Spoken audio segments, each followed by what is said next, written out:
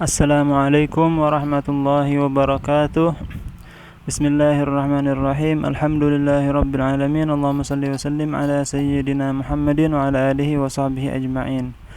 Saudara-saudaraku yang dimuliakan Allah, semoga kita selalu diberikan kesehatan, dikuatkan iman, diluaskan rezeki, dan diampuni seluruh dosa-dosa kita, dan diberikan kita taufik dan hidayahnya untuk selalu melaksanakan segala kewajiban dan menjauhi segala yang dilarang oleh Allah Subhanahu wa ta'ala dan Rasulnya.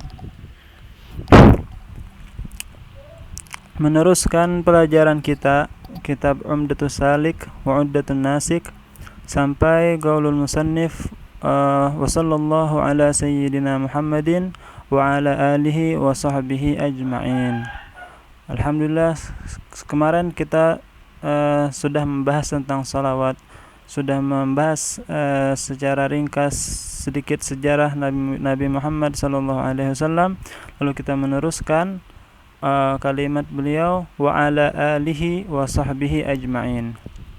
Dan semoga salawat Allah juga tercurahkan kepada keluarga Nabi Muhammad dan juga para semua sahabatnya.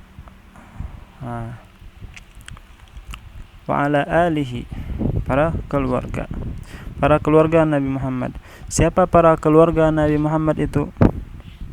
Ketika disebutkan keluarga Nabi Muhammad, siapakah yang dimaksud? Imam Syafi'i mengatakan alun Nabi, keluarga Nabi itu humul mu'minun min Bani Hashim wa Banil Muttalib. Mereka adalah orang-orang yang beriman daripada keturunan Bani Hashim dan Banil Muttalib. Itu adalah pendapat Imam Syafi'i. Adapun pendapat Imam Nawawi, beliau berkata, apabila fi maqamid du'a, apabila diucapkan nama keluarga Nabi, alun Nabi, apabila kalam tersebut fi maqamid du'a, membicarakan tentang doa, maka yang dimaksud adalah kullu muslimin walau asiyan. Maka yang dimaksud keluarga Nabi di situ adalah setiap orang muslim walaupun orangnya suka melakukan maksiat. Yang penting dia muslim, maka dia pun masuk dalam doa itu. Apabila fi maqamid doa seperti salawat, ini adalah maqamid doa, maka kata Imam Nawawi yang dimaksud keluarga Nabi di situ adalah kullu muslim, semua orang muslim walau asiyan, walaupun dia tukang maksiat. Tapi apabila kalamnya fi maqamil madah, pujian, memuji keluarga Nabi, maka siapakah yang dimaksud? Maka kata Imam Nawawi yang dimaksud adalah kullu taqi, semua orang yang bertakwa, semua orang muslim yang bertakwa. Arti bertakwa melaksanakan segala kewajiban, menjauhi segala yang dilarang. Itu adalah keluarga Nabi yang dimaksud dalam kalimat pujian. Adapun ketika disebutkan keluarga Nabi dalam bab zakat, bahwasanya keluarga Nabi tidak boleh menerima atau diberikan, tidak sah zakat diserahkan kepada keluarga Nabi. Maka yang dimaksud di situ adalah Bani Hashim dan Banil Muttalib. Mengenai salawat kepada keluarga Nabi, ini diajarkan oleh Rasulullah sallallahu alaihi wasallam ketika sahabat bertanya,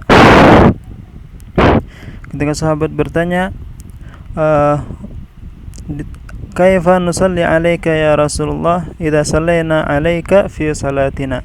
Bagaimana cara kami bersalawat kepadamu wahai Rasulullah ketika kami bersalawat di dalam salat-salat kami? Faqala lahum, Rasulullah mengatakan kepada mereka, qulu, katakanlah, Allahumma salli ala Muhammad wa ala alihi. Allahumma salli ala Muhammad wa ala alihi. Menurut Imam Syafi'i, yang dimaksud dengan keluarga di situ adalah semua Bani Hashim dan Bani Muttalib, keturunan Bani Hashim dan Muttalib yang beriman. Adapun menurut Imam Nawawi, kullu muslim walau asiyan, semua orang muslim. Yang dimaksud keluarga di situ adalah semua orang muslim walaupun dia tukang maksiat. Terkecuali kalau di situ ada qarinah, ada kalimat tambahan.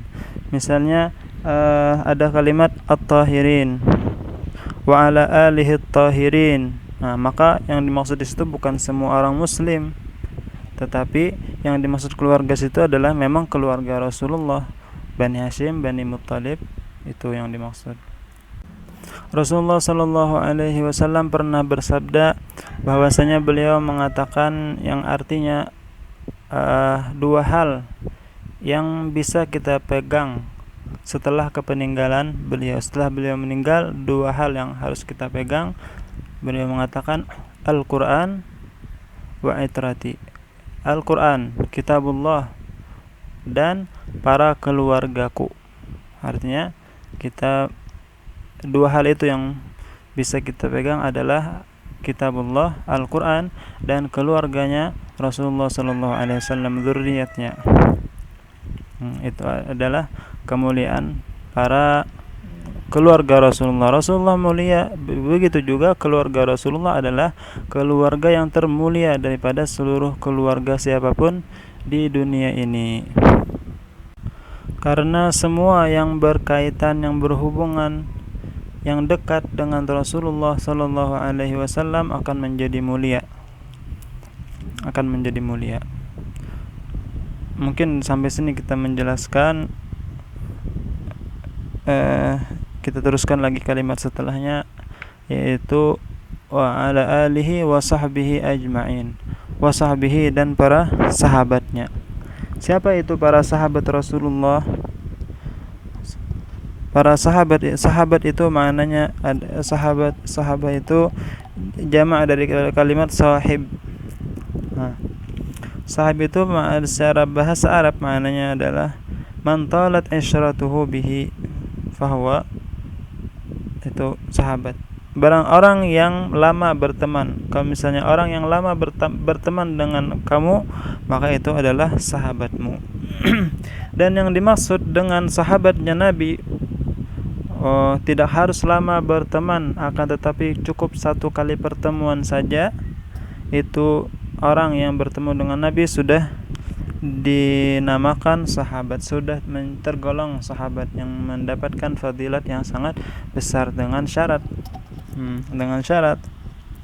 yaitu adalah syaratnya orang tersebut pernah bertemu dengan Nabi Sallallahu Alaihi Wasallam mu'minan, lalu dia beriman dalam keadaan beriman, dia beriman walau a'ma, walaupun dia buta, seperti sahabat Ummi Maktum. Walaupun dia kecil, seperti Muhammad bin Abi Bakar. Dia waktu itu bertemu dengan Rasulullah ketika masih kecil. Rasulullah wafat umurnya baru 3 bulan. Atau dalam keadaan sudah tua, seperti kebanyakan para sahabat. Tapi barang siapa yang bertemu dengan Rasulullah Sallallahu Alaihi Wasallam sedangkan dia tidak beriman, ketika bertemu dengan Rasulullah dia tidak beriman, walaupun dia beriman tetapi setelah kepeninggalan Rasulullah, maka itu tidak dinamakan sahabat. Dan juga pertemuan yang pertemuan menjadikan orang itu sebagai sahabat adalah setelah diutusnya Nabi Muhammad sallallahu alaihi wasallam, ba'da nubuwah, setelah diutus. Adapun sebelumnya, lalu setelah diutus tidak bertemu, maka dia tidak dinyatakan sahabat. Dan pertemuan tersebut di masa hidupnya Rasulullah sallallahu alaihi wasallam. Maka barang siapa yang pernah bertemu dengan Rasulullah setelah beliau sudah wafat, walaupun secara kenyataan bukan hanya ketika mimpi, maka dia tidak dianggap sebagai sahabat. Harus sahabat itu yang bertemu dengan Rasulullah ketika beliau masih hidup di dunia ini. Dan pertemuannya tersebut pertemuan seperti biasa orang bertemu, bukan bertemu secara batin, bukan bertemu di langit. Jadi harus bertemunya itu di bumi, Kalau bertemu jadi di langit atau di antara langit dan bumi, seperti sebagian malaikat atau mungkin para anbiya, roh arwah para anbiya, maka itu tidak dinyatakan sahabat. Dan di sini tidak disyaratkan tulul muddah, lamanya masa bertemu, berkumpul, berteman dengan Rasulullah, itu tidak disyaratkan. Cukup walau lahzah, cukup walaupun hanya sebentar saja bertemu dengan Rasulullah dalam keadaan beriman, maka dia sudah dinyatakan sahabat, asalkan dia meninggal dalam keadaan beriman full pula. Lalu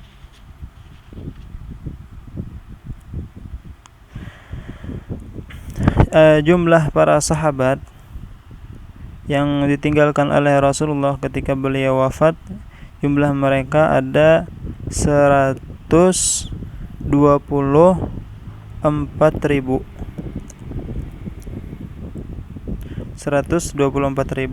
sahabat.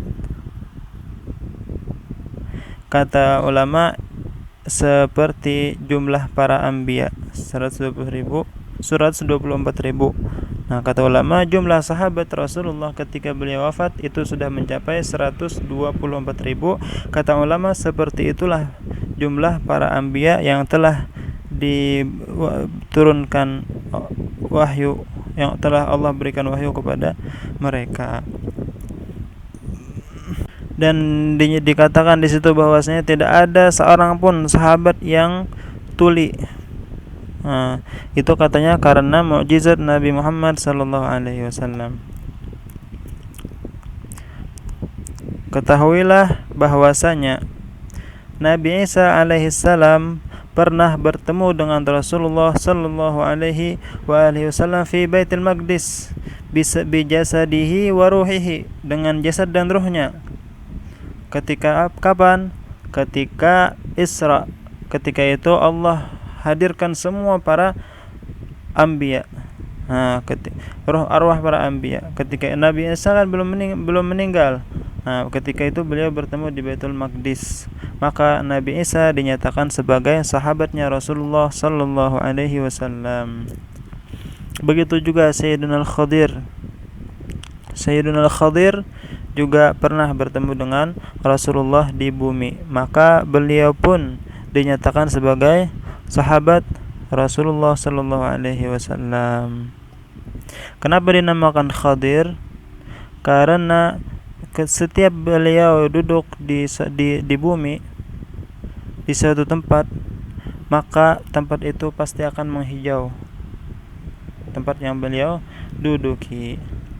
Adapun nama beliau adalah Balya bin Malkan. Balya bin Malkan. Dikatakan bahwasanya barang siapa yang mengenal namanya dan nama ayahnya dijamin masuk surga.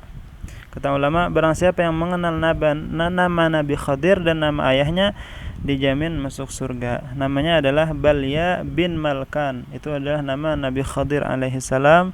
Begitulah yang dikatakan di kitab Al-Baijuri. Adapun yang pernah kita dengar bahwasanya Rasulullah sallallahu alaihi wasallam pernah bertemu dengan para jin, maka jin tersebut masuk dalam golongan sahabat. Walaupun hidup sampai sekarang, ya mungkin ya kalau biasanya kan jin umurnya panjang, mungkin masih ada yang hidup sampai sekarang, maka jin tersebut adalah sahabat Rasulullah sallallahu alaihi wasallam, dengan syarat dia ketika itu beriman, ketika itu bertemu di masa hidup, dan meninggal wafat dalam keadaan beriman. Lalu tabi'in itu siapa? Tabi'in adalah orang yang pernah bertemu sahabat dengan syarat bahwa mereka lama berteman dengan sahabat itu, lama belajar dengan para sahabat, maka dia adalah tabi'in. Mungkin sampai di sini pelajaran kita hari ini. Kurang dan salahnya mohon maaf. Wassalamualaikum warahmatullahi wabarakatuh.